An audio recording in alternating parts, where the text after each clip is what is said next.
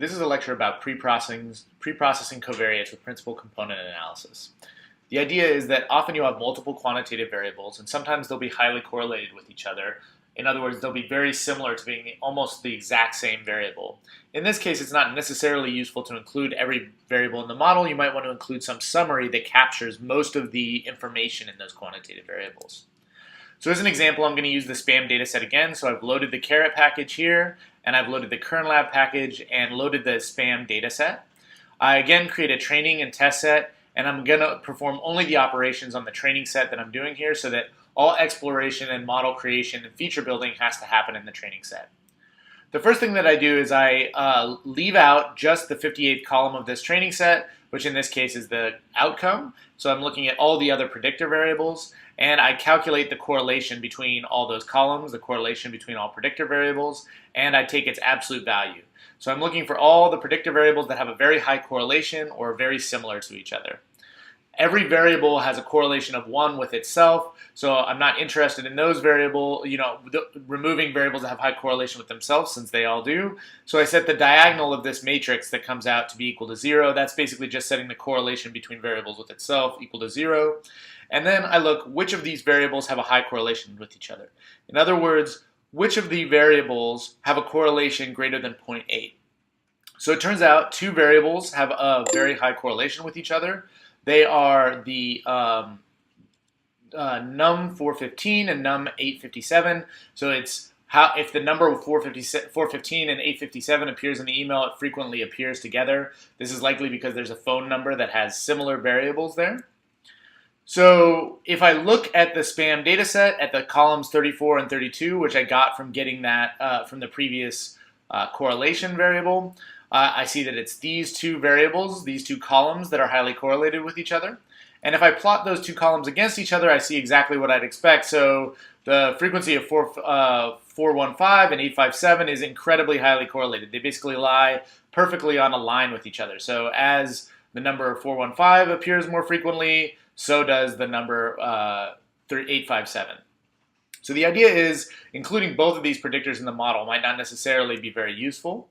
And so the basic idea is how can we take those variables and turn them into, say, a single variable that might be better.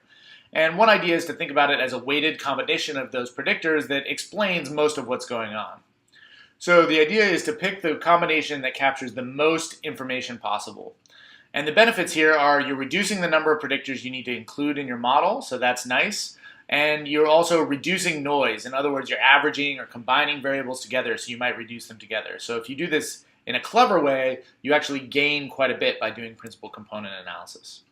So one idea to think about is just basically what you're trying to do is figure out a combination of these variables that explains most of the variability. So just as an example, here's a combination I could do. I could say I could take 0.71 times the 415 variable plus 0.71 times the 857 variable and create a new variable called x that's just basically the sum of those two variables. Then I could take the difference of those two variables by basically doing 0.71 times 415 minus 0.71 times 857. So this is basically x is adding the two variables together, y is subtracting the two variables. So then if I plot those variables versus each other, when I add them up, that's the x-axis, and when I take the difference, that's the y-axis. And so you can see most of the variability is happening in the x-axis. In other words, there's lots of points all spread out across the x-axis, but most of the points are clustered right here at 0 on the y-axis. So almost all of these points have a y value of 0. So adding the two variables together captures most of the information in those two variables, and subtracting the variables takes less information. So the idea here is we might want to use the sum of the two variables as a predictor. I will reduce the number of predictors that we have to use and reduce some of the noise. So there are two related problems to how you do this in a more general sense. And so the ideas are find a new set of variables based on the variables that you have that are uncorrelated and explain as much variability as possible. In other words, from the previous plot, we're looking for the x variable, which has lots of variation in it, and not the y variable, which is almost always 0. So if you put the variables together in one matrix, create the best matrix with fewer variables. In other words, this is a lower rank, if you're talking mathematically, that explains the original data. These two problems are very closely related to each other, and they're both the idea that can we use fewer variables to explain almost everything that's going on. The first goal is a statistical goal, and the second goal is a data compression goal, but they're both very useful for machine learning. So there's two related solutions, and they're very similar to each other. So if X is a matrix with a variable in each column and an observation in each row, like a data frame you usually have in R, then the singular value decomposition is a matrix decomposition. So it takes that data frame X and breaks it up into three matrices: a U matrix, a D matrix, and a V matrix. And the columns of U are called the left singular vectors, and the columns of V are called the right singular vectors, and D is a diagonal matrix. Those are called the singular values. You will have learned about this in getting data or exploratory data analysis if you've taken those classes. The principal components are equal to the right singular vectors if you scale the data in the same way. In other words, the solution to both of those problems I talked about on the previous slide is the same if you do the right scaling. So the idea here is these variables in V are constructed to explain the maximum amount of variation in the data. So just to show you how this works in a real example, suppose we take that spam data set and we just take those two variables that were highly correlated with each other, variables 34 and 32. So then we do principal components, same as the singular value decomposition, on that small data set that just consists of those two variables. If we plot the first principal component versus the second principal component, we see a plot that's very similar to the one I showed you earlier, where the first principal component looks a lot like adding the two variables together, and the second principal component looks a lot like subtracting the two variables from each other. So why would we do principal components instead of just adding and subtracting? Well, principal components allows you to perform this operation even if you have more than just two variables. You may be able to reduce all of the variables down into a very small number of combinations of sums and differences and weighted sums and differences of the variables that you've observed. And so using principal components can let you look at a large number of quantitative variables and reduce it quite a bit.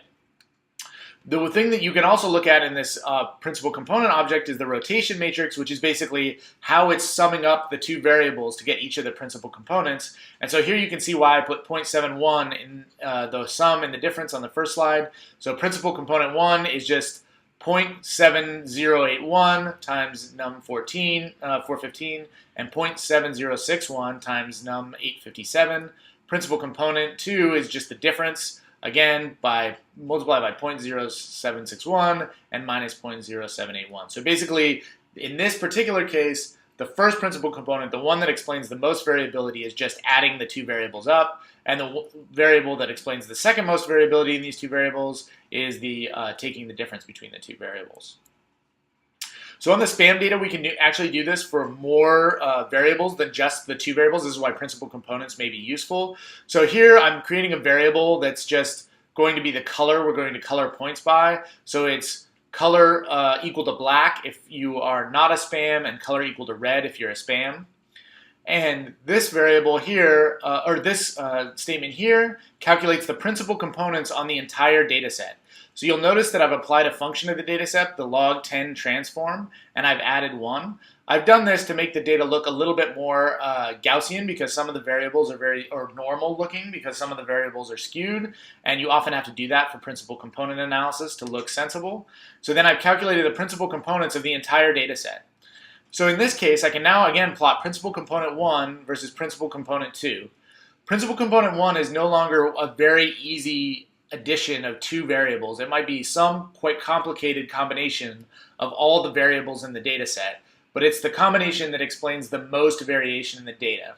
Principal component 2 is the combination that explains the second most variation, and principal component 3 explains the third most, and so forth. So if I plot principal component 1, that's just a variable that I've calculated, versus principal component 2, that's another variable that I've calculated, and then I color them by the spam indicator, so whether each of these points corresponds to a single observation. The red ones correspond to spam observations, and the black ones to ham observations. You can see that in principal component 1 space, so along the principal component 1, there's a little bit of separation of the ham messages from the spam messages. In other words, the spam messages tend to have a little bit higher values at principal component 1. So this is a way to reduce the size of your data set while still capturing a large amount of variation, which is the idea behind feature creation. You can do this in Caret as well. So you can do it using the pre-process function. So this is just basically doing a similar type operation with the Caret package. You pass the pre-process function, the same data set that you did before. You tell it what method to use. In this case, you're telling it to use principal component analysis, or PCA. You tell it the number of principal components to compute. And then what you can do is you can actually calculate the values of each new principal component. So the principal components are two new variables. There's principal component 1 and principal component 2. And they're basically a model that you fit to the data. So the idea is that if you get a new observation, you have to predict what the principal component will look like for that new variable. So we pass this preprocess object and the data set to the predict function, and that gives us the principal components. If we plot them versus each other, you see span PC1, so that's principal component 1 versus principal component 2 here. And again, you see a little bit of separation between the ham and the spam messages in both principal component 1 and principal component 2. You can do this, like I showed you before, by doing preprocessing with the method PCA using the preprocess function. And then you can create training predictions by using the predict function, and then fitting a model that relates the training variable to the principal components. So here I haven't used the full training set as the data for fitting my model. I've just passed it the principal components for the model fitting. In the test data set, you have to use the same principal components that you calculated in the train data set for the test variables. So the idea here is we again pass it the preprocess object that we calculated in the training set, but now we pass it the new testing data. So this predict function is going to take the principal components we calculated from training and get the new values for the test data set on those same principal components. So then what you can do is you can predict using the model fit on the original data, using the test principal components, and you can use the confusion matrix argument in Caret to get the accuracy. And so here we've calculated a relatively small number of principal components, but still have a relatively high accuracy in prediction. So principal component analysis can reduce the number of variables while maintaining accuracy. So the other thing that you can do is you can actually decide for this analysis to not use the predict function separately. You can build it right into your training exercise. So if you take the train function from the Caret package and you pass it the training set, but you tell it to pre-process with principal component analysis, it will do that pre-processing as part of the training process. And then when you do prediction on the new data set, you just pass it the testing data set, and it will actually calculate the PCs for you. The reason why I showed you the more elaborate way of calculating the PCs first and passing them to the model is so that you can see what's going on under the hood when you pass a command like this to the train function in the Caret package. So this is most useful for linear type models. This includes linear discriminant analysis, linear and generalized linear regression, things like that. It can make it a little bit harder to interpret the predictors. In the case where I only had two variables, it was just the sum and the difference of those variables. It was very easy to predict what that meant. In general, though, if you do principal components on a large number of quantitative variables, each principal component might be quite a complex weighted sum of the variables you've observed, and so it can be very hard to interpret. You have to watch out for outliers. Outliers can really wreak havoc on calculating principal components. So you do that by looking at an exploratory analysis first and identifying outliers, doing transforms like I did the log 10 transform of the data. You might do Box-Cox transformations as well. And again, plotting predictors to identify problems is the key place to figure out whether this is working out. For more information, you can see the exploratory data analysis class where we talk about principal component analysis and SVD in more detail. And this book, The Elements of Statistical Learning, has a quite nice, if a little bit technical overview of how principal components work for machine learning.